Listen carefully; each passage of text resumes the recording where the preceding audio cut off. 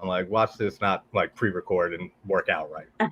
But all right, everyone who watches this on the premiere, JT, we are here with my buddy Jason from Sinister Cinema Reviews. Thanks for coming, Jason. And I know it was a last minute thing, Lauren, so thank you for that. Oh, And that's we not a have problem. the great Lauren Marie Taylor from Friday Part 2, who plays Vicky. Welcome. Well, thanks for having me. I don't know where you guys are, but I'm in New it's York. like, It is so hot. yeah, I'm in New York too. Hot as I'm in hell. Are Long you? Island. Long Island. Oh, yeah. Okay, It's John. like Yeah. 98 degrees out here. Yeah. It's Well, really I'm hot. up in I'm up near the Catskill area, and Okay. it's horrible here too. I mean, I just got out of the shower. I Yeah, had to take another that's shower. that's why I got my AC blaring right now. It's so bad. Yeah. Lucky So you. Ours is on the fritz.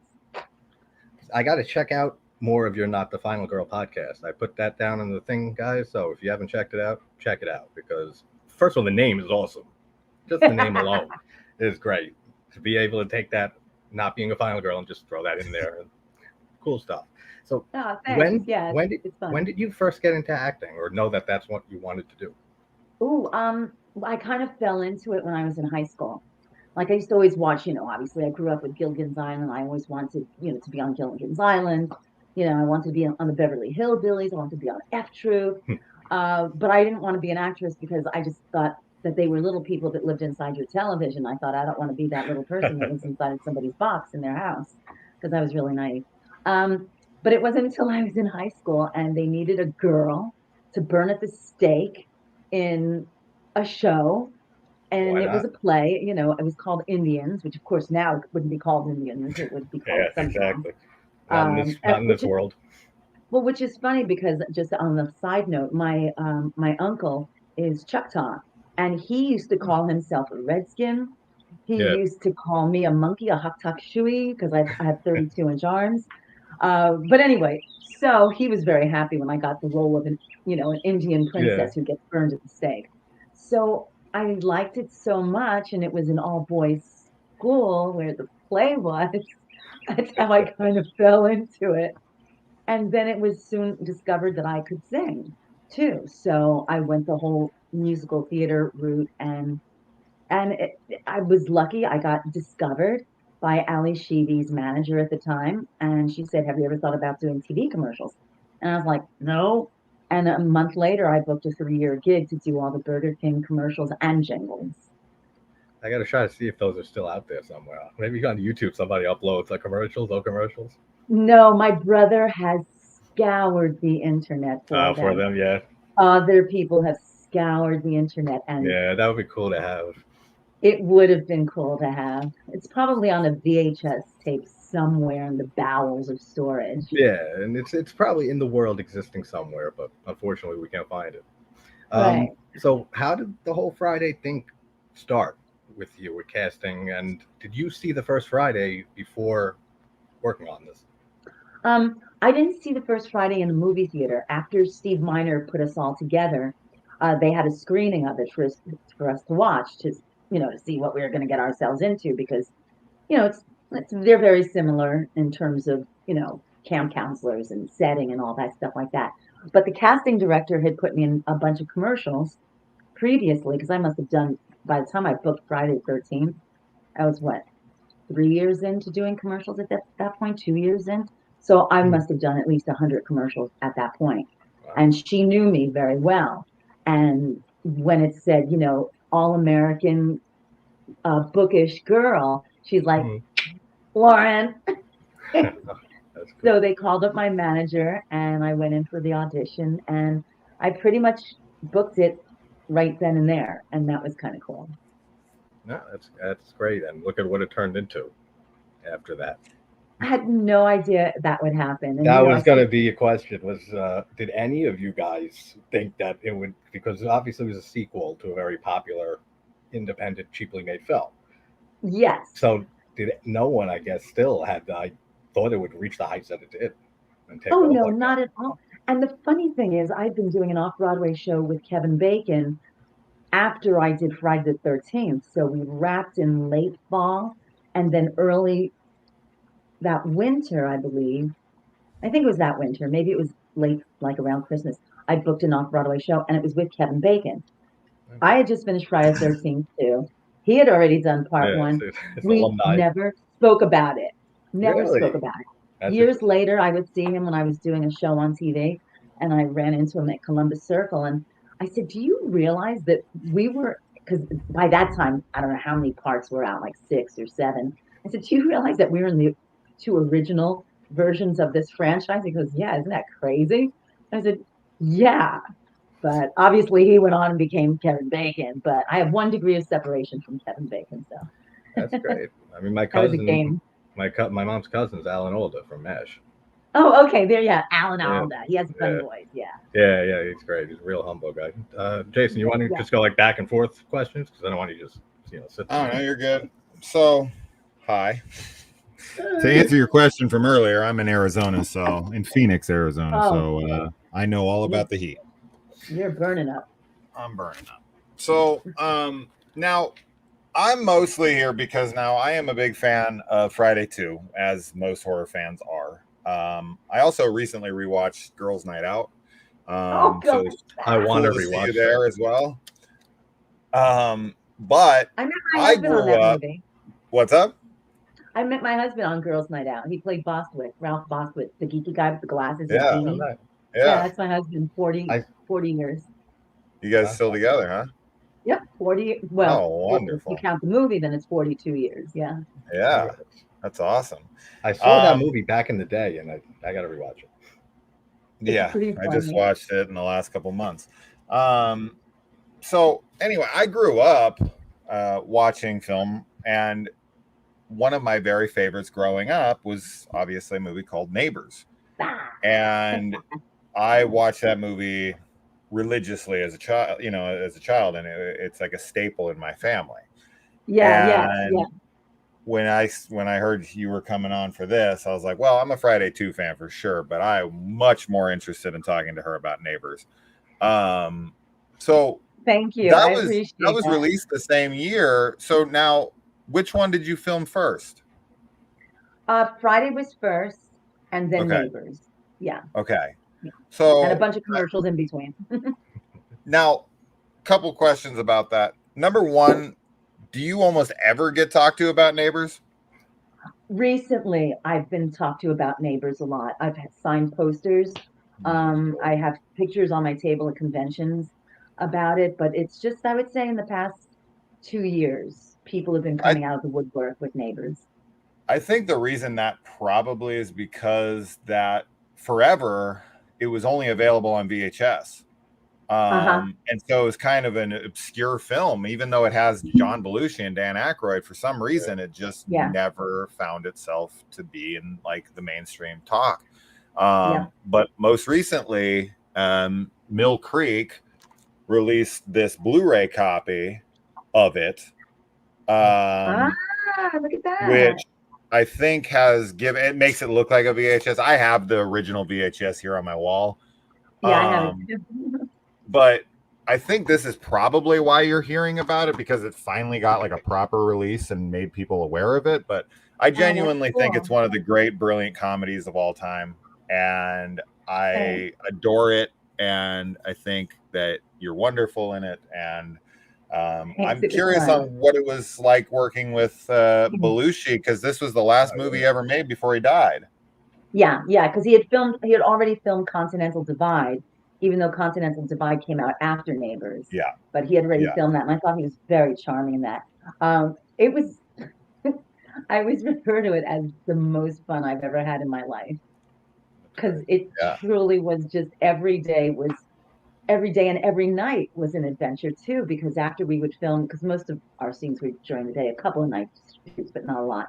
At least not with me. With them, they were more, And they used to come. We used to film during the day, and then I'd go to the Cherry Lane Theater to do album, and then because Belushi lived across the street, around the corner, I should say, on Barrow Street from the theater down in the village. They used to come and pick me up at the stage door, and we'd go out and go to concerts and just go to like Christopher Reeve's birthday party and drive around with Carrie Fisher. And yeah, it was just so cool. And I wasn't affected by it. And I think that's why I know that's why I got the part, because they had been looking for someone. And I Yeah. was in Chicago doing the same show that I had been understudying for in New York. They flew me out to Chicago for a couple of weeks to take over for Jennifer Grey, who smacked her head on her birthday and got a concussion. So I was gone during the whole casting process of Neighbors. And when I came back, my manager, same manager, called me up and said, "You've got to get over to John Albertson's apartment is only a few blocks from you. They can't find somebody to play John Belushi's daughter." And I was like, all right. I wasn't a big fan of Saturday Night Live. I loved Animal House, but I wasn't. Animal House. I'm more of an athlete starstruck person than a movie person. And I went over and I, chatted it up with them. I didn't really read. I went back to my apartment. The phone rang. Yeah, go back. I went, okay. So I went back, and Belushi's like, "Hi, what were you doing in Chicago, by the way?" And I told him what I was doing, and I read with him a little bit. And he's like, yeah, I could see you being my daughter. I could see you being my daughter. He was supposed to play my part. I was supposed to play his part, and we switched. And I was like, oh, that's really cool. And, Yes.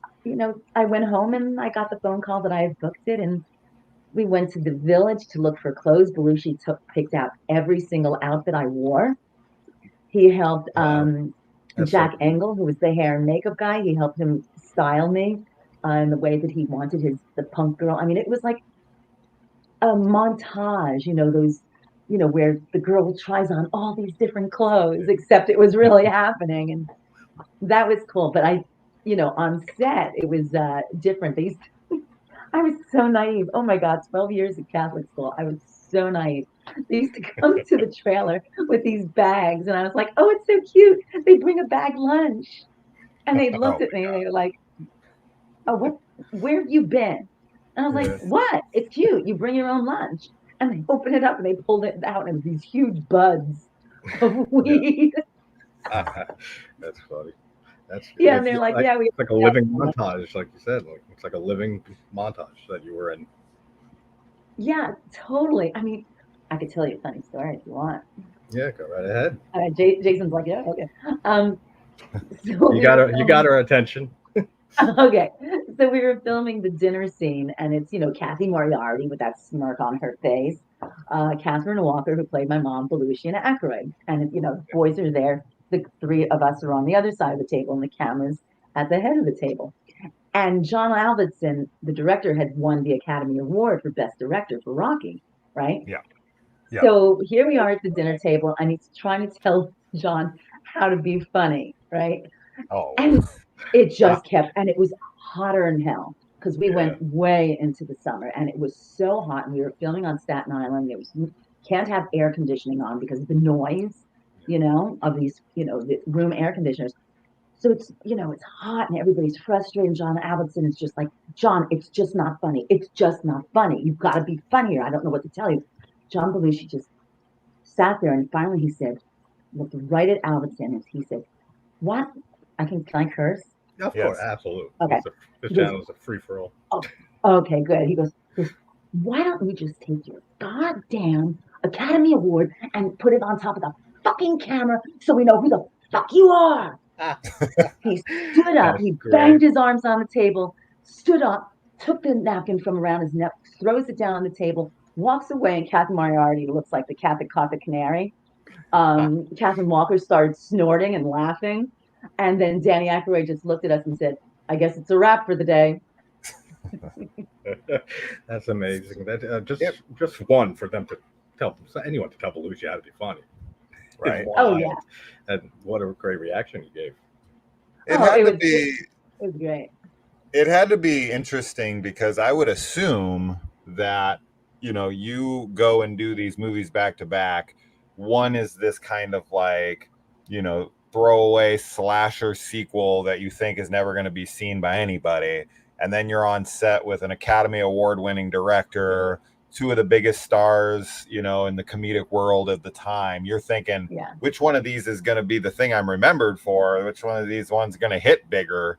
And it must be crazy to think that Fridays lived on and Neighbors became an obscure film. It's so bizarre. I would never in a million years have thought that's where the chips would fall. And it was funny because I was on a soap opera for 12 years. And there is a clause in our contract that says you will not embarrass the network in any way. So, you do all these TV guide and magazine star interviews and all that stuff like that. Never, ever, ever, ever, ever was Friday the 13th mentioned or Girls Night Out. It was either Neighbors Oh, or yeah. Bust. And that was it.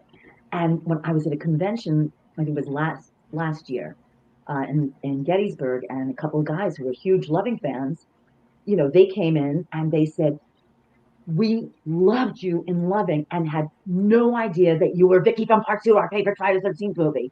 And I was like, whoa. And it was just so bizarre how, that fan base, is also a horror fan base. And I'm finding Oh, that yeah. out just in the past couple of years since I've been getting out more. And that's great. So the soap opera was Ryan's Hope. Is that what? I only did a few days on Ryan's Hope. It was Loving. I was Loving? Loving. It was on after Ryan's Hope, before All My Children on on one of the big networks. Oh, I see And it. You were in because I'm not allowed, 505 episodes. Oh my I goodness. think I was in more than that because I was there for 12 years. Yeah. Somebody Wow. else has my IMDb, I can't even say it, page. Yeah. I have no control over it. I've called them and I'm like, Really? That's why can't I get control of this? They said, well, you didn't start this page. Someone else started it. And I'm like, but it's me. It's weird Yeah, because me. It's like Yeah. pretty much identity theft at that point. Like, Yeah, 100%. pretty much. So I'm in yeah, the that's process strange. again of trying to get it back. Again. Okay, well, let's hope that you can get it down. You get your actual self page up there. Yeah, with pictures that I like. You also did a craft show, like in the late '80s or something like that, right? If I'm recalling correctly. That was so wrong. I am the least crafty person in the world.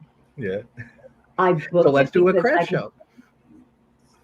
I booked it because I was a really good bullshit artist on camera, and I could really wing it.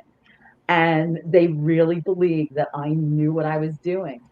And then when I got on set the first week, they're like, we thought you knew how to craft. And I went, no, I don't know how to craft. I said, I could put together models and boxes and glue things That's together. great. I said, but I have no idea. And they were like, they had to change the whole trajectory of the show and have guests come. They wanted me to be the next Martha Stewart. I'm like, I don't know what the fuck I'm doing. That's great, though. That you just say. You can always just say. You could have said, "Well, you didn't ask me directly if I know how to craft." Right. So technically, I didn't lie to you there. Right. I just did really well on camera, Yeah, making believe I knew what I was doing. That's great. Another quick shout out to my go. childhood. I was also an owner of a pound puppy. And I see that you had involvement in the Pound Puppy show. That was pretty cool. When I looked in here and saw Pound Puppy, I was like, oh my God, I had a Pound Puppy when I was a kid. I didn't get a pound puppy. I'm mad now. Yeah. I had a I few have a pound puppy puppies. from the dog pound. Does that count? We'll count it. It counts here. Thank you. Jason, you gotta go again. Want another question?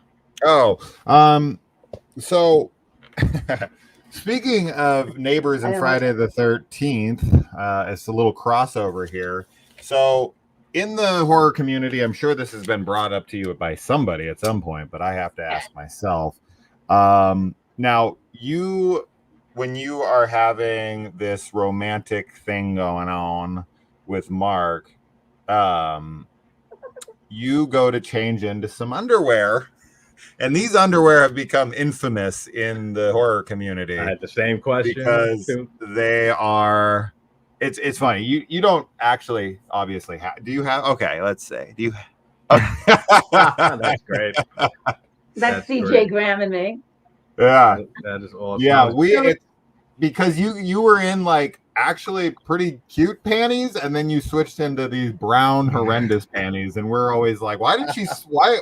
I would flip them around. Why weren't you wearing the brown ones first and then switch to the cute ones? I asked. I said to Steve Miner, I said, these are the ugliest things I've ever seen in my entire life. I said, are you kidding me? And he's like, well, Lauren, satin is in. I said, but brown? Brown, and right? He's like, yeah. And then he's just like, Lauren, just put them on. Just put them on. Yeah. So I was looking for the other picture. You guys would get a kick out of it, but I can't find it. But it's in the. So I do a brown undie photo op now, just because. I mean, somebody actually made a bar soap with the Really? brown undies in. Yeah. That's Told you wild. they become infamous. Yeah, I that's mean, why I had even it. named it the brown undies. That's You can't And really connect. see it. Oh my Yeah, you goodness. can't really see it. You can see it. See? Oh, I see it. yeah, Yeah, yep. Wow, that's And funny. she named funny it the fellow. brown undies. That's the name of the soap. That's great. And connecting it to neighbors, like I was saying, because you also have the infamous panties and that edible panties that Dan Aykroyd eats. I gotta see this movie. I still haven't seen that movie. I got to tell you, like I said, I will say no more, but it was the best time of my life. And we did enjoy the panties at one point. They're like made of like freaking fruit roll-ups. That's what they are. Yeah, they're basically fruit roll-ups, and they're very sticky. Yeah. That's hilarious. Those must have been hard to get on. How they were easy to get off though. Yeah, I bet. They were eaten off. My question, not for the record, wasn't just mine. It was also he had it too, and a few people asked me this. Do you still have those infamous pair of panties? Or did anyone come up to you and give you one? You tell me. Yes, they're identical ones though. Those are the ones from the movie? That's what I mean. Yeah, no, they're the same ones, but it's not the exact same pair. But that's me with the Sons of Anarchy with them on. Yeah. Oh, fun show. That's great. Yeah, it's our prom picture. No, I'll tell you, I have signed a few pairs. Sheepishly, I have been asked at conventions to sign a few. I think they're really hard to sign, but I think I've signed only maybe 4 or 5 of them. So it's a hot commodity. If somebody brings one, it's a hot commodity. All right. So guys who watch this later, don't forget, find those exact brown panties, bring them to a convention when Lauren's there, and that way you'll be able to can find get them on signed. eBay. Yeah, you can find them on eBay. Just make sure you get size medium, because once I put them on as a dare under my mini skirt. Yeah, didn't work out. It worked out. I think it was in Atlanta, and somebody dared me, and I was feeling very silly that day. And I don't do drugs or anything like that. Anyway, once in a while I'll have an edible, but that's about it. We've all been there, right? That's because I broke my shoulder, so it's medicinal gummies because I broke my shoulder a month ago. Anyway, you look great and not in any pain now, so that's good. I know. Glad you healed up fast and well. Thanks. 2 hours, 3 days a week of physical therapy. 2 hours a day, 3 days a week. That's a lot. Yeah, well, they want me back in fighting form. I gotta, go play for the Bengals or the Bills or something. No. Anyway, you can get them on eBay just to cover all the bases here. You can get them on eBay, apparently. Yeah. So pretty much if you order eBay, you can get anything on eBay. So you can also get those infamous panties. What was it like working with Steve Miner? He was very by the book. He was very I think serious. I saw him because again, I was younger, and because I went to Catholic school for so long and had to deal with so many nuns, anybody who was an authority figure for me scared me a little bit and brought me to tears very easily. So I went to Catholic high school, so I get it a little bit. I went to high school. Yeah, you get it. Yeah. But he was good. He was very nice. But because you're working with a limited budget, the company that was putting the movie on, I'm not supposed to talk about any production companies or anything. They so terrible what's going on with that. Oh, I know, it's ridiculous. I mean, they're opening things up, so we're able to do things here and there, but you can't do anything for any of the major studios. So independent stuff and things like that we can do. Okay. Obviously, you guys are not sponsored by losers so-and-so like us. Pictures. Yeah, exactly. I mean, no, that's another thing. It's like, no, I'm not being paid $1 million by such and such production company to do a podcast. It's my own. I edit it. I do all the music. I do everything myself. So, but it's cool actually. I have a feeling that if a podcast offered you $1 million, you would do it no matter what. I'd do anything. Right? That was my answer too. Listen, I mean, I could go back to that movie, Indecent Proposal, with Demi Moore and Robert Yeah. Redford. It's like, Yeah, Redford. I'd be like, I'd be all over that. I'm sorry, I don't care. I don't care. You'd about have the your rest. brown panties on in no time. That's it. She'd be right there, ready. On and off, on and off, right like that. Edible brown panties. The full brownie, combined. the brown ones come off, and then the edible ones are there. That's Right, the cherries go on. it's No, a but trick. Steve Miner, we had a budget, we had X amount of weeks to do it.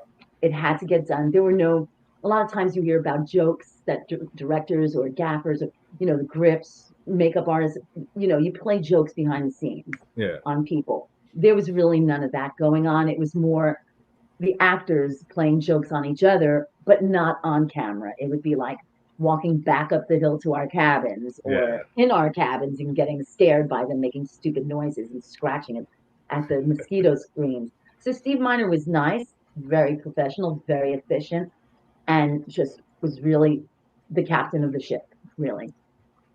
yeah.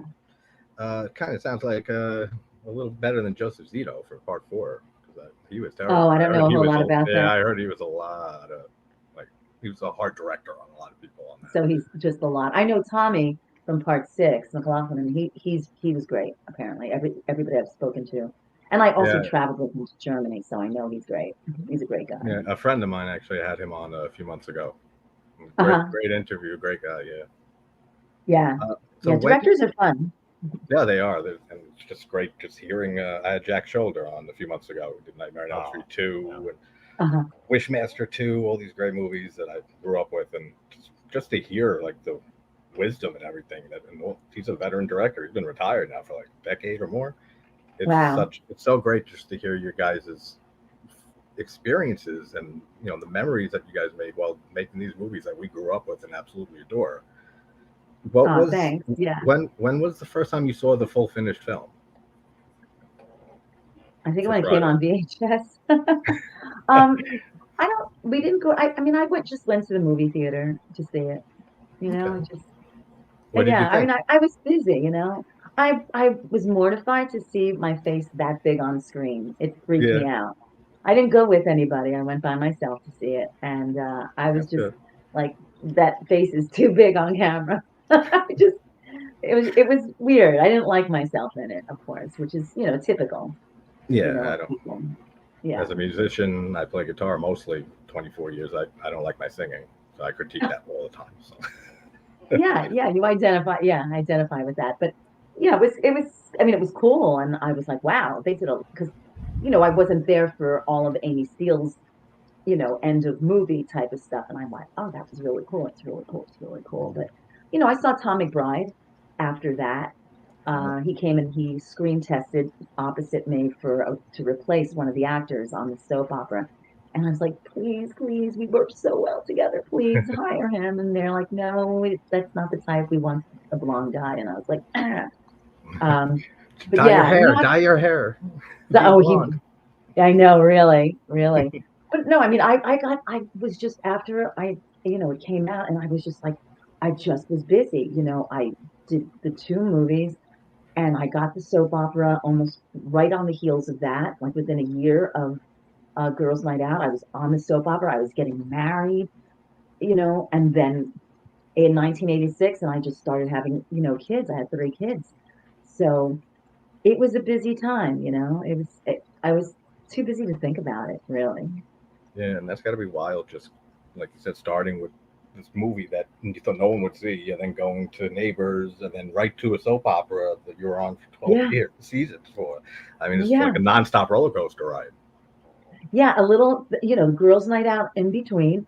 But the only thing I remember about Girls Nite, I'm always so surprised to watch it, because I was like, oh, I forgot about that scene. And I realized the reason why I don't remember making half of that movie is because I fell in love, during the making of that. So for me, it was like, go and do your job, go flirt. Do your job, go flirt. Yeah. It was like, as soon as they yelled cut, I was like, go to flirt. That passed the time too. That's amazing that you met your husband, during doing something you love, that you both love doing, acting. Yeah, it was a lot of fun. Yeah.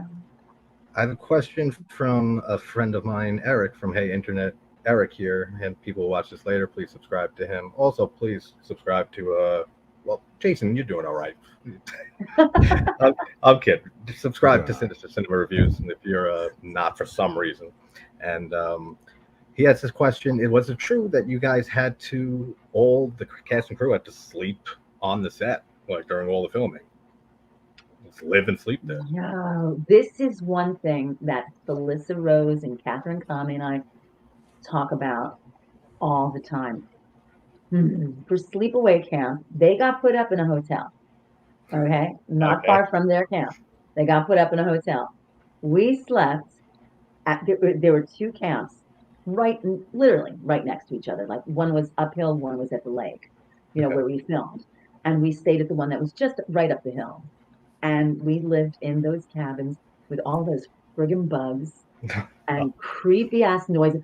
I was from the Bronx, dudes. I kid you not. My mom's from the Bronx. Then your mom knows. You don't know what dark is. There's no such thing as dark when you grow up in the New York City area. You guys know this, right? Yeah. It's not like being in Arizona where you can see the sky. Yeah, no.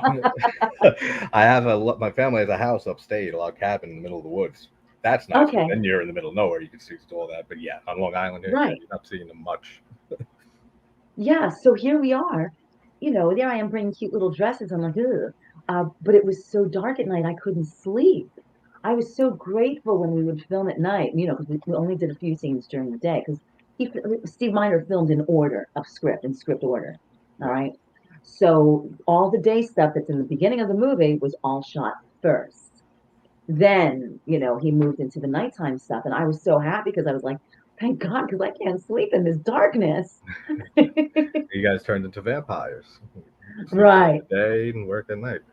We totally did. Yeah, that had to be a while. It reminds me of a lot of independent movies did that, but like Evil Dead, famously, like they were living there at that cabin with no electricity or running water and stuff. Like they went through hell making that movie. The communal bathrooms. Oh. Yeah, right. The things you do for some movie you had no clue would be seen, and then it blows up into this major franchise. Now, were you into horror movies before you auditioned and went for Friday? I wasn't like, I've got to see this, I've got to see Evil Dead, I got to see, but I grew up in the age of Creature Feature and Chiller Theater. And so every Friday and Saturday night, you'd have Creature Feature one night, Chiller Theater another night on one of the local stations, one of the local New York City stations. And so they would run like all the classics like Dracula, Godzilla's, of course, Frankenstein's, Invasion of the Body Snatchers, the old one. Yeah. It was that's what I watched. I watched haunted house stuff like Abbott and Costello, Scooby Doo and the Haunted House, Abbott and Costello, like Meet Frankenstein, Abbott and Costello. Yeah, those were the ones that I watched. And then, you get into high school, and they kind of went by the wayside. But I started to read horror, like Pet Sematary, Amityville Horror, Carrie, of course, The Shining. I still have the old Shining book, like the old one right here. So I was reading horror because I went to a Brainiac school, so I was very busy, getting my craft together to get the grades I had to keep, to stay in the school. But I read a lot of horror type of stuff. I was into that creepy type of stuff. Loved Grimm's fairy tales. I loved the good ones where they cut off your heels, or they cut your ear off, or they really poison you and you don't wake up. That stuff I was into. And then ones. As a young, but you know what? As I grew older, I liked things like, The Shining is one of my go-to for horror. Favorite. I know Silence of the Lambs. That's one of your horror favorite thriller. Movies. We don't really know. Jason, one of your favorite movies is Shining. Which one? What? Shining is one of your favorites. Oh yeah, Shining. The Shining. It's definitely one of the ones I've watched a lot.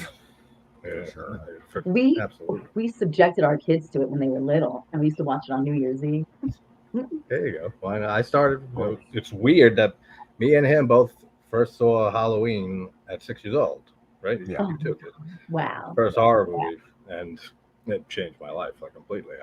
like just everything about that movie. But right after that was the Friday films. So like from 7 years old or so, I've been watching like the original 8, especially that were always on TV. So I mean, it's So very you were, surreal having Vicky from Friday oh, too. right. Yeah. So when you were a kid and you would go trick or treating, did you Okay. dress up as any of these killers? Oh yeah, I used to dress up as Michael Oh, you Myers did. all the time, and Jason. Not even on not just on Halloween. You just had the masks and would put them on and stuff. Like yeah, like horror has Oh. been my life since Halloween basically. Jason, what do you say? That's fun. Yeah. Hmm? Jason, you No. want to chime in? No. No, I was just yeah. I mean, I definitely dressed up. I actually had great concerns as a child from neighbors and school and my parents because I would just like walk around with the Michael Myers mask. Weirdly, when I was a kid, we grew up in LA and we knew this guy named Bucky Moore, and he was the property master on Halloween 4. And Uh-huh. he had this big crush on my mother, and he used to come over to pick up his kid, Bryce. And he actually like found out I was this big Halloween fan because I was sitting there, I was watching the movie, and he was like, he's like, oh, well, I'm working on the new Halloween. He was the property master for 4. And I was like, what? I was like 6 years old at the time, and I was freaking out. And he was like, well, I can bring over the mask if you want to see it. So they made a bunch for the movie. Yeah. And so he brought one over and he showed it to me. And of course, I just thought it was the greatest thing that ever existed. And of course, he was trying to get in good with my mom, and he had like 5 of them. And he's like, why don't you just keep this? That's right. And so he gave it to me when I was like this little kid. And so I used to just walk around the house and rock around in the bushes, like outside at night, wearing this Michael Myers mask, and I would just sit out there for like an hour in the bushes at night. I never went in the bushes wearing mine. I'll just say that. Oh yeah, I did. And there was definitely concerns, but I don't know. I was such a fanboy at the time, and I had a real Myers mask. I felt like I was the legit real deal, That's so funny. That's great. I remember you saying that a long while ago in a video years ago, but didn't it, you don't have it anymore, right? It like melted away, it disintegrated, like, something like that. They don't say. I could imagine. They don't say. Unfortunately, those things aren't built to last. They're made out of material that disintegrates. So I have a Jack Nicholson mask too, but it's I think I hid it from my dogs because they were looking to chew it up. I love Nicholson. I got a decent amount of pushback on that claim, being like you're lying, and I'm like, okay. I don't know why I'd lie about such a thing. Yeah, such a weird thing to lie about, but people okay. just love to bitch nowadays. So we were talking the other day. People just love that's their job, like just bitching and complaining. I did have a a mask enthusiast who works on like collecting iconic masks. I had him message me, and him being like, "Can you tell me a little bit about the mask?" And I told him like, yeah, there's like these kind of duct tape things that go under the thing, and they had the mesh in the inside, and the hair was more brillowy, and this spray paint. So then he came into my comments for that video like later and was like, hey, I just want to let everyone know, like, I'm an expert on these. And I contacted him, and whatever, all the stuff he told me, he absolutely 100% had the mask. He wouldn't know that stuff unless he had one. Yeah. So that was pretty cool that he like came to my defense for that. But yeah, that's my claim to fame in horrors. I was gifted a Halloween 4 mask when I was a kid. That is cool. It's too bad it's disintegrated. Right. Yeah, well, I wore it like an idiot. I would have been, you're giving it to me now, I would have kept it good care. But at 6 years old, you don't think I'm going to play with it? It's like playing a record too many times, like over and over again. I ripped the neck out when I was putting it on. Oh God, I think back about that and I want to just jump off a cliff. Yeah, I feel that. I know what you mean. We're kids. Yeah, exactly. What do we know as kids? Like back to Friday too, when you were talking about how you don't like your performance or you don't like looking at yourself in the movie. I don't like I looking do at want to myself. give a quick little shout out to the fact that my buddy Christian and I from Exploding Heads Horror Movie Podcast, we did do a top 10 hottest girls in the franchise video, I remember. and you made the cut. So Are you we kidding me? disagree. We disagree that you don't look good in that movie. We both agreed that Oh Vicky my God. is Yes, absolutely I top agree 10. with that as well. Samantha was my number 1 from 4.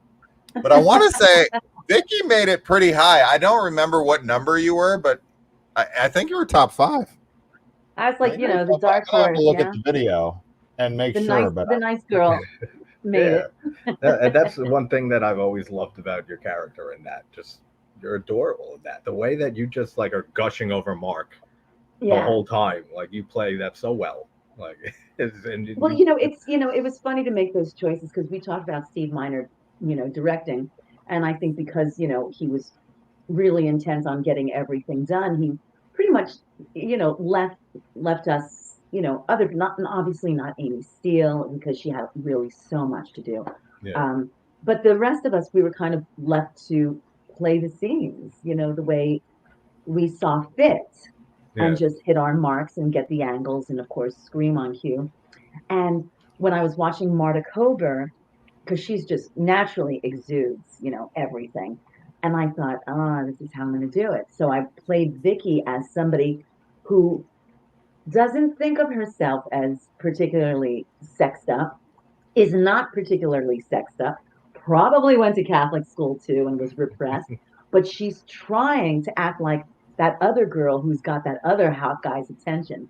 So I Yeah. tried to play it as if she's trying really hard to, you know, have sexy time, but ultimately it's not quite working for her. Yeah. I think you played it excellently because I mean, Aw, you saw that thanks. short that I sent you Friday too. That Sandra was always my favorite in that movie, but then I found out years later that she was underage and lied and stuff. So now every Yes. time I watch that movie, Yeah. I feel weird because childhood Yeah. memories come back. You're Yeah. my second favorite though in that movie. Thanks. You know, and we're not that far apart in age. Yeah. You know, it's just that she missed that birthday. It wasn't quite that birthday for her yet, whereas Yeah, I yeah. had made that milestone, Yeah. I think. Interesting. What did they say to her when like they found out? They said like because they had to cut a whole scene, I think, right? Yeah, yeah. she did a nude They- scene. Yeah, the whole new scene. They cut a lot out of that love scene. Yeah. Yeah, which is straight out of Mario Bava's Twitch of the Death Nerve. I say that all the time. Yeah, a I lot of wonder people if say that. I wonder if they would have gotten, you know, legally in trouble had they released that with her nudity in it. I'm assuming they would have, right? Like that would have been a bad. Yeah, Yeah. they had I mean, to if edit they a didn't lot know, out. Yeah. They didn't know, yeah. but all they have to do is check your pages. Yeah, and exactly. your So social. it would fall You on know. them for sure. Yeah, I mean, people just it was a low budget Yeah, slasher that exactly. nobody thought anything of. You know, it was just kind of like going to go into that, you know, is this a snuff film or isn't it radar? You know, but they did cut a lot out because the ratings board were like, this is going to be an X rating.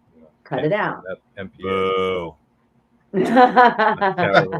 I hate it so At least much. Friday too, though, had a lot of good kills and stuff to him. The first 4 or 5. It got hacked to death, though. Oh, I in the know. MPAA. I've seen the uncut ones. And Yeah. Some of them I think are better cut. Like Alice's death in the very beginning with the ice pick thread. The Oh yeah, uncut one. right. Her Yeah. face in the uncut one, she makes a terrible dying face. It just does not look good at all. So Yeah. I'm glad that they cut some of them, but some of the other kills were good, and that leads to a question. Terry's kill, if you remember this, did they do any effect or death scene for her, and then it didn't work out No. because they just cut away once she freaked out and goes, They just cut away. She's so, okay. Yeah. I've always wondered Kirsten talked about it she talked about it on the podcast.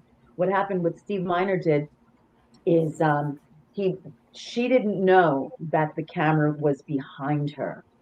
So when he Okay. said, you know, Kirsten, look this way, she turned around, the camera's right in her face, and she just screamed. Oh, okay. So that Because she she didn't reacted to the expect it. camera. Natural That's reaction. Yeah. that's So she was reacting to like she was so startled by it being so in her face and right behind her, and it was dark out, of course. Yeah. So it was even creepier.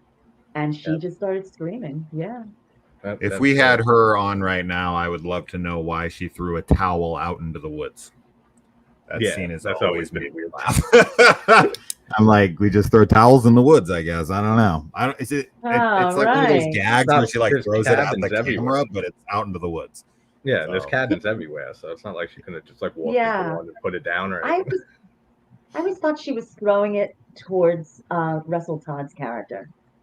No, she's by herself. This is when she's like heading back to the house after he's been strung up, and she's going to get him help. She just takes her towel and throws it into the woods for some random reason. Okay. See, I always read it to believe that she was throwing it towards him as another, you jerk. Yeah. Oh no, she's far away from him at that point. She goes to get the knife to cut him down. She goes to get. Yeah, you can tell I haven't really like. No, that's all right. Picked it apart we're the geeks who obsess over this crap. Exactly. You're just the one who's in it. I have a question from my friend Gorophobe over on his channel. Did anyone like get into method acting or use method acting in the cast? Like stay in that role the entire time of filming? Like besides Jason. Nah. I didn't think so. So no, that's an easy question. I hope not. Imagine acting like some of those characters, like 24/7 for the whole film. No, not 24/7. No, but I mean, I would imagine that Amy Steele going through all those really intense scenes towards the end, in order to keep that level of fear mixed with fight or flight, she had to have stayed at some level of method to remain so focused, because you can't just walk away from being chased or grabbed by the hair or having something come at you and then walk away and go okay, let's keep going. I'd be like, oh, that was totally fine, like I'm good now. Absolutely, to keep it going. And her character. Did you make any like friends on set that you kept for years and years after? I'm still friendly with Bill Randolph, actually, and I'm actually so friendly with Ron Milkey from Driving Him Everywhere that I could have sworn he was in part 2 with us. And when I was rewatching it was on TV recently, and I went, wait a minute, I thought Ron was in our movie, because we're all in the New York City area at that time, and we all knew each other. But no, I stayed chums with Bill. Kirsten and I go back and forth sometimes. And Russell Todd, I've remained friendly with. We're big dog people, so of course dog people stick together. Yeah, so it's really just us.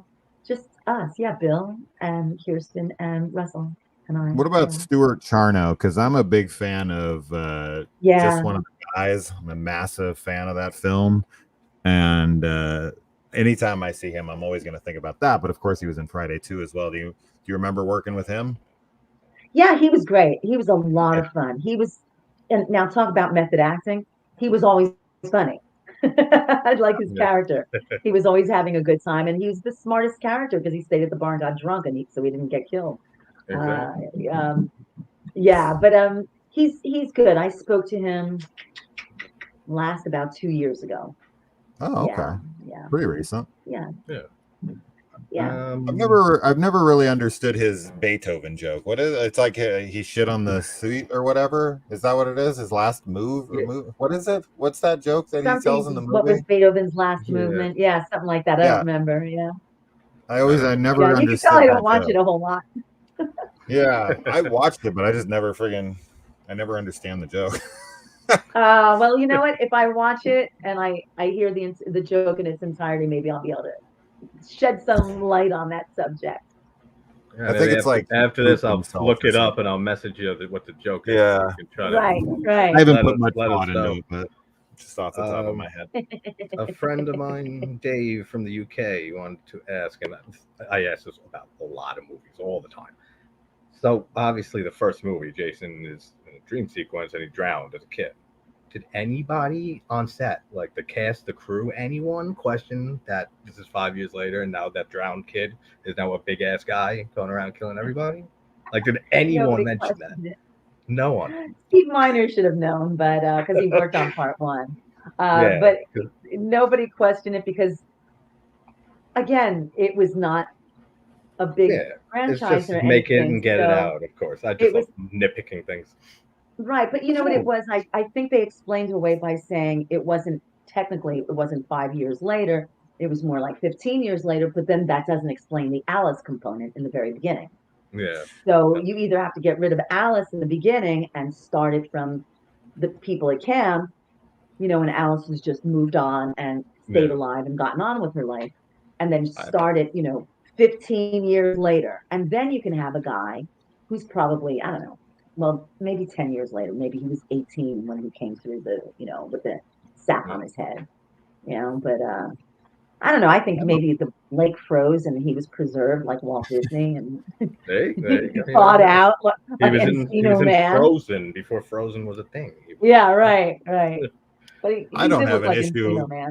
I don't have an issue with this at all. I mean, he drowned. I don't have an issue. I just love pointing it out because nobody would go to that. I don't see the issue. I see that you have a kid. We wouldn't have the series if they didn't do that. No, but there's no issue, is what I'm saying. So he drowns as a kid at the camp many years before. Then his mom comes and kills the camp counselors years later. Then we jump 5 years later. The dream sequence that Alice had, you're right, actually. Is just a dream sequence. That's not really Jason. No, I know that. Right? So there's no problem. He would be an adult by this point in 1985. So I don't understand that complaint from people. That doesn't make any sense. The real question that should be asked though is can Mark get it up? That's what I really want to know. Okay. That's what I want to know. He says that what does he say? We're going there. Get by? Oh no, we're going there. Okay. All right, here we go. I don't know if I've ever told this story. Awesome. So guys, exclusive first-time story here from Lauren. I think it is. Okay, so when I was growing up in the Bronx, it was a time when the Vietnam vets were coming, home. Troops were coming home from Vietnam. So we had a lot of guys in our neighborhood who had served in the Vietnam War, and one guy was like Mark. He was in a wheelchair, and he had limited use of his hands as well. They were stuck in this position. I don't know how old I was. I guess I must have been about 12 or 11.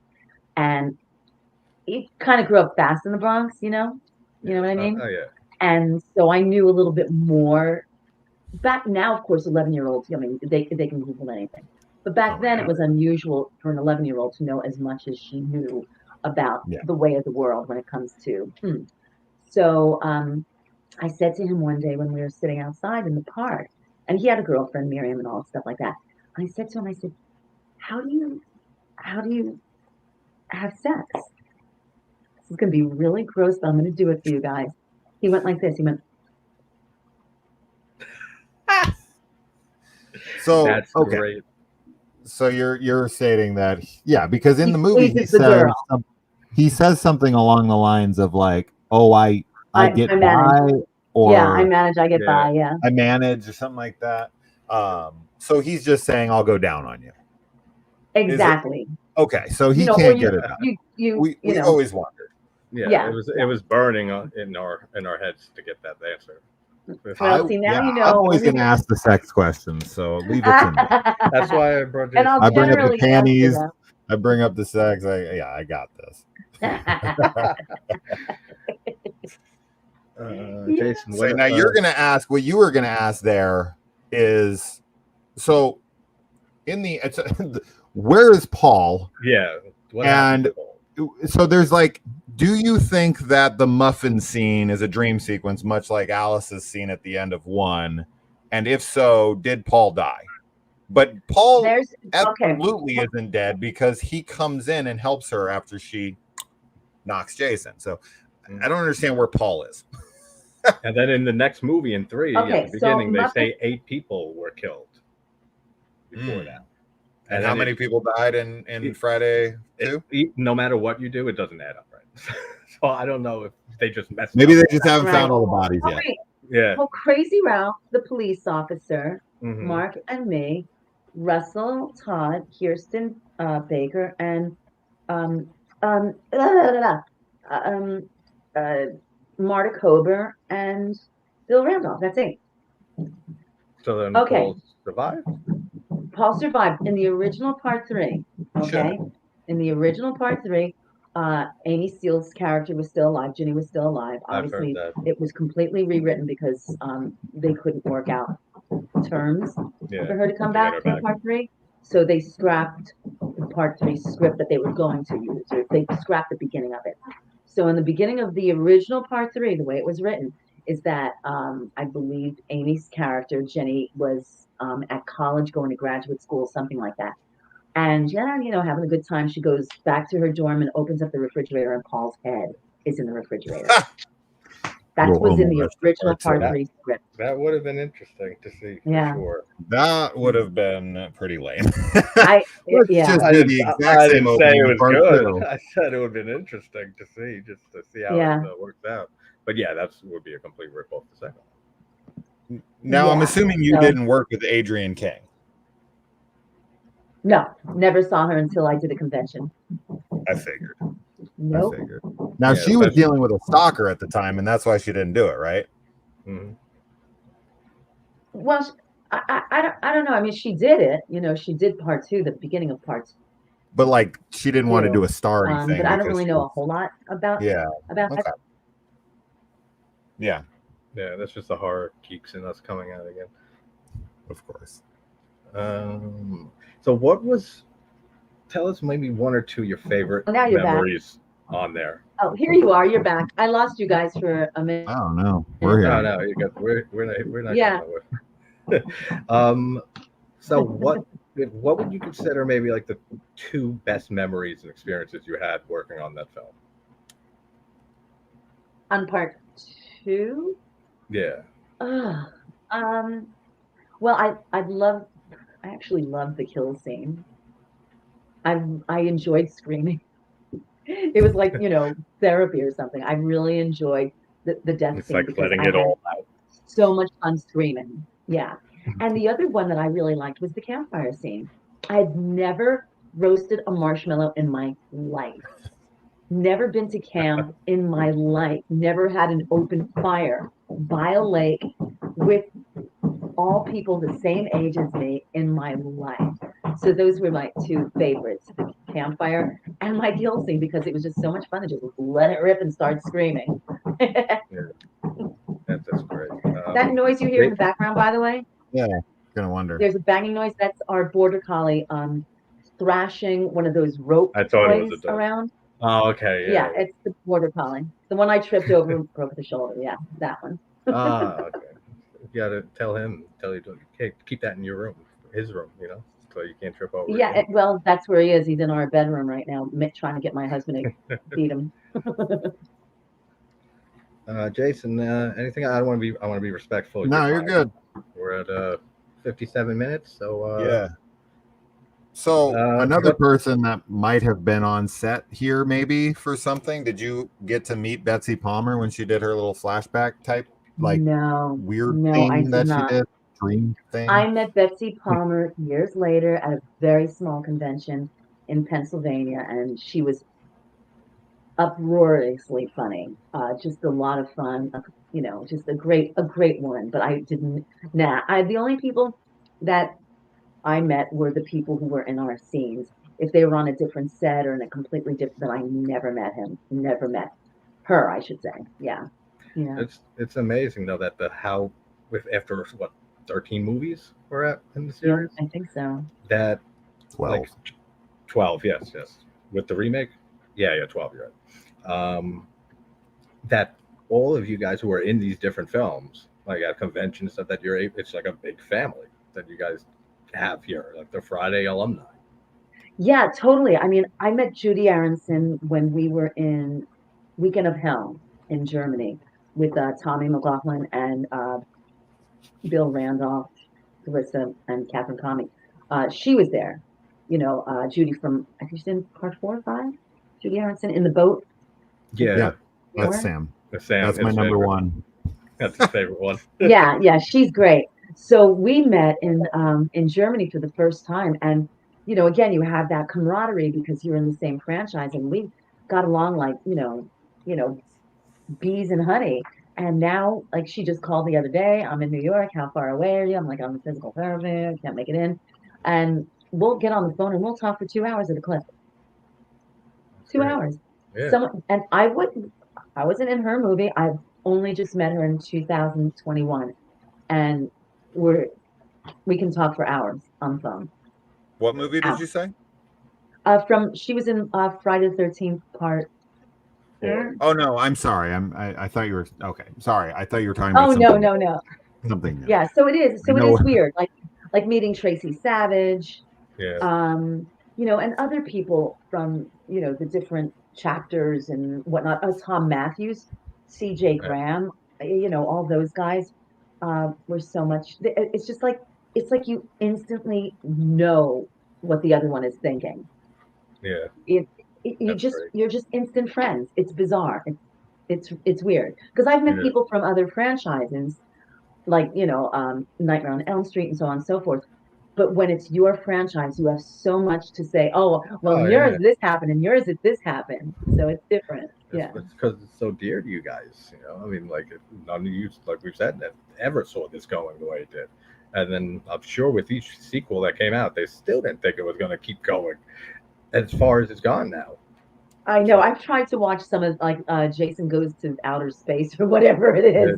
The moon, and I was like, it's fun. It's just not like it's ridiculous. It's absolutely over the top, completely. And that's the point, Yeah, and that's why it's fun and it works for me. Like, Jason Goes to Hell is the black sheep of this series for most people. Oh, okay. I got to catch that one. Okay. I like just so I can keep my street cred. I'm very aware of which movie Judy Aronson's in. So I want everyone to. I don't want anyone to think I'm like, wait, which one's she in? No. Okay. Final Chapter is my favorite Friday film. So it's my favorite slasher film. It's your favorite slasher film too, right? It's my favorite true slasher movie because Halloween's my favorite film, and I guess that is a slasher, but it's not a slasher. Not really a slasher. Friday the 13th Part 4 is. Yeah. And Friday 2 is my second favorite in the franchise. So that's mine too. Okay. Yay. Yeah. So you're right there. Number 2. I adore it for sure. It's hard for me even because the 2 is so close on 4 for me. And I love Sackhead Jason. I always have. Yeah. I love Sackhead Jason too. It's creepy. That one eye.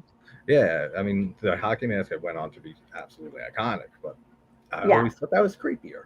Like him with the I mean, I've got a hockey mask. There it is. Yeah, there it is. But like the one from Part 4. That's from 4. It's got like little ears. Yeah. So a little friend of mine, Evan, he he goes to conventions also, and he put this together for me with the kitty cat ears because he knows I have cats, and gave it to me as a little gift at one of the conventions, and I thought it was so sweet. That's great. Like I said, I don't want to take up too much of your time. Jason, do you have any more questions for her? I mean, I can always come up with plenty of questions. Me too. We don't stop talking. Oh, you sounded so Long Island just then. We don't stop talking. Yeah, excellent. I get that all the time, like on my videos, when people love when I just go real heavy New York accent, like with certain mannerisms and things I say. Like, it comes out strong. I used to have the accent really, like I'll call you tomorrow. But then when I got into this whole business, I auditioned for a role on one of the other soap operas, and they said, that New York accent is horrible. She's got to get rid of that New York accent. It was before I did Friday. And I was like, I don't have an accent. Like that. That's basically how it is. Yeah. So when I went to college, I very specifically took speech the entire year. And then I started getting mistaken for being from Ohio, somewhere in the Midwest, which was cool. But then my son married a young lady from Long Island. And during COVID, everybody came back home from the city or, Brooklyn, where everybody was living, Queens. They all came back to their childhood home to stay. So here's Sam from Long Island. And she talks like this. And by the end of when everybody was living here, I guess it was 6 months or so, I was talking like that again. And my husband noticed it. My husband said, do you realize you're talking like you used to when you were way younger? I meant, hard to fully break out of it. what? It's so hard to break out of it fully. Yeah, But it is. So It is. my last question, I guess, will then be: Were you approached for the 13 fanboy film? No, No, not at No. all. no. That's No. surprising. Because you know what? I'm not out west. I'm on the East Coast. Yeah. So there's a lot of opportunity in, on the West Coast, even in the Washington State, Oregon area. Everybody lives out there. Everybody lives out there. And I don't. I mean, I just interviewed a director and I said, I'd love to work with you, blah, blah, blah in the future. He's now back on the East Coast, but his last projects were on the West Coast. And it's just like, a couple of my friends who are in different franchises, they're like, Lauren, why don't you just come to LA for a little while, and, you could work, well, now nobody's working because of the strike, but no, I don't. And I interviewed Deborah Voorhees for the podcast too. Yeah. I mean, a lot of actors who have been killed in movies have a little club. mixed feelings about the idea of getting killed the way you got killed in a movie. Yeah. So how do you feel about your kill scene in Friday 2? I don't think Vicky died, tell you the truth. I think she faked it. That would be a great we didn't see a future movie to have maybe Vicky come back. I'll tell you what happened is I have an offer for one where it's Vicky is my age, she's older and she became like a detective type of person. Then I did another one I did another one in Canada where I'm obviously I'm an older woman who, not older, but what I mean, mature woman who lives up in the woods, up in the backwoods and drives a huge pickup truck. And I pick up the final girl and I notice that she's bleeding and I've got a 3.5-page monologue talking about death and gore and animals that eat things and how people are like animals. And it's like, she doesn't have the name. She's just called the woman. And of course, the director was like, it could be Vicky. People might watch this and go, that's Vicky.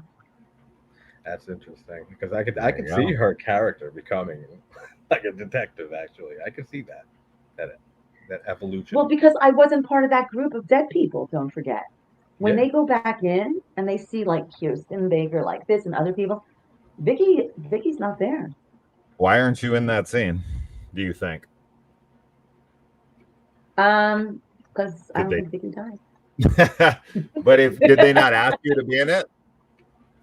I was around. Well, in the shack, right? In the shack. Yeah, in the shack. It was just Terry's character and the cop, right? In the ending. Yeah, I think that's all you saw. Yeah. Yeah, we never see. But then you see the bodies of you just see Jason. You see the bloody mattress that Sandra and Right. Yeah, we're in. Bill Randolph is hanging out behind me. Yeah, he's literally hanging out behind me.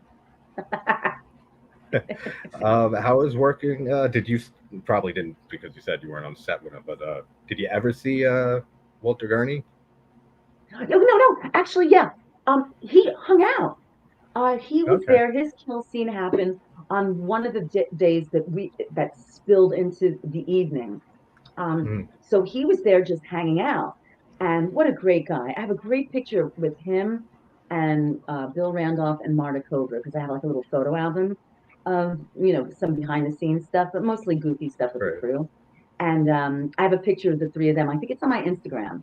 If you go way scroll, it's there. It's on my Lauren Marie Taylor one. Yeah. I thought that was great that they brought him back for the voiceover for 7. Like he does the voiceover. Oh, really? 7. Yeah. Which I didn't know for years. Like as a child and my teen, I didn't know that until I looked into it and saw trivia about it and realized that's Ralph. That's Walter Gurney doing the voiceover in that. Oh, I think that the other piece of trivia that we need to point out here when it comes to Crazy Ralph is his death makes literally no sense. Oh yeah, of course. How's that? Where's Jason?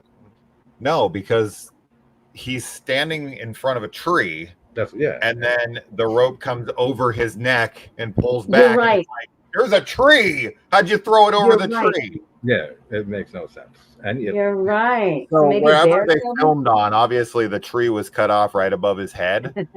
But yeah, they just throw it over his neck, and I'm like, there's like a massive tree that he had to throw it over, right? Nobody noticed this. In part 5, they do something very similar, but they throw it around, and he The belt. grabs it here and then twists it, right? So that makes sense. But That over makes sense. no sense. See, probably Yeah. because of part 2, they had to switch it up. They had to be like, that don't work. When are you going to be at a convention next? That was the question too. Yes. Well, convention season around here is winding down. I'm going to a haunted house in West Virginia the weekend of Friday the 13th, and I'm going to go with Ron Milkey. So we're doing a little in costume appearance at a haunted house. I think it's called the Haunted Mansion. I have to look it up. I'll let you guys know. So I'm doing that, and that's pretty much it. I'm doing another small role in a movie, and I might be doing another one in Chicago. I have to wait. It's still in pre-production. I think they're waiting for the strike to be over so they can get everything official. So I'm doing kind of those type of things right now. I just it's did sad how long this is going on and how many you guys are being affected by this. So totally. It's really insane. Yeah, I mean, my dog was a regular on a TV show. He was on once a month, the Border Collie. They actually watched him grow from about 9 months old. Yeah. So he had a regular gig on one of the TV shows, and he's not working either, so he doesn't work. I don't get paid either because I'm his handler, obviously. Yeah. But, that's adorable. I don't have anything coming up until next year, probably, because everybody's booked up already. And then once I broke the shoulder, it put me out of commission to traveling. I couldn't do anything. So, yeah. Well, you were able to come and make it here, which means the world to me. So. Thank you. I'm so glad I was able to make it. Absolutely. Jason. I lied. I actually have one more question. I'm gonna kick myself I don't ask because this is a horror channel. We talked a lot about your films and all that stuff, and that's wonderful. I wish we would have been able to talk a little bit more about Girls Nite Out, but that's okay. We can do that next time. Yeah. There you go. So as far as, because we are such horror fanatics, I always want to ask people when they come on my channel, whenever I do any interviews, I want to know, what are your favorite horror movies? And have you seen anything recently that you loved? And I promise I will make that my last question. In the genre. Wow, favorite horror movies. I mean, if oh gosh. Friday oh my gosh, 2. you put me in a spot because I've seen so many.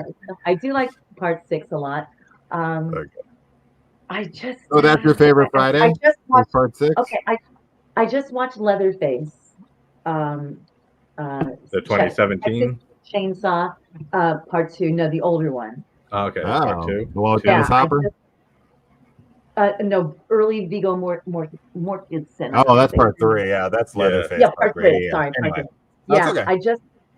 That was pretty good. I actually watched it 3 times, which I never do. I rarely watch a movie twice. You must really have it.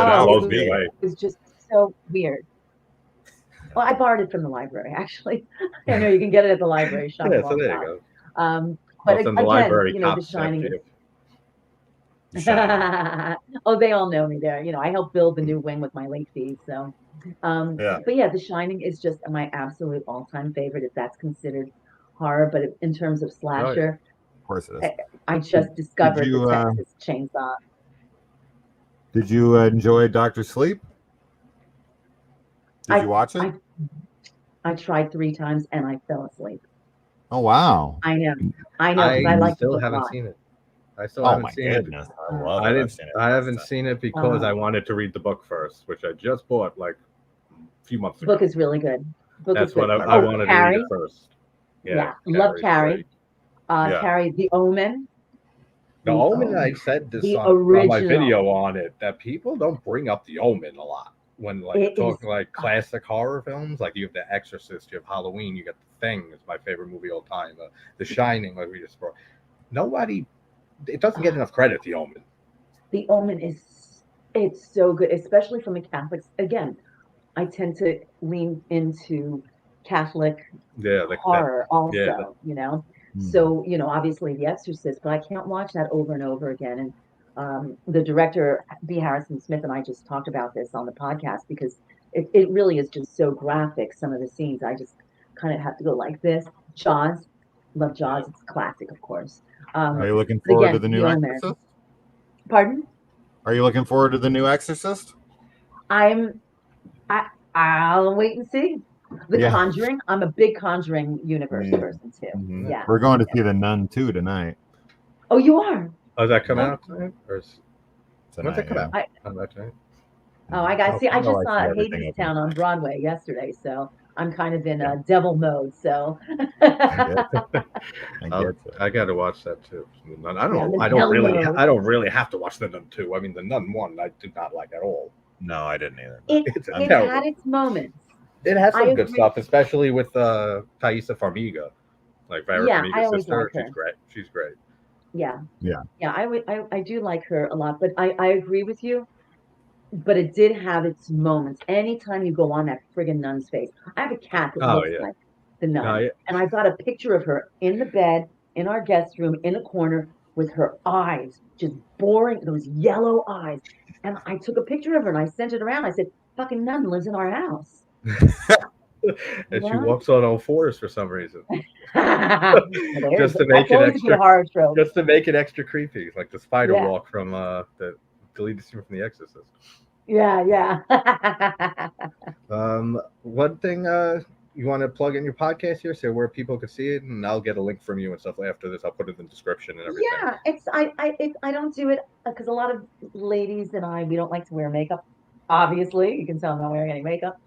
So we do it mostly on I do it on the phone. Also, I have a very poor internet where I live because I'm in the middle of nowhere. So I do it. It's mostly phone calls, so you're not going to see any videos. But it's called the Not the Final Girl podcast with obviously yours truly.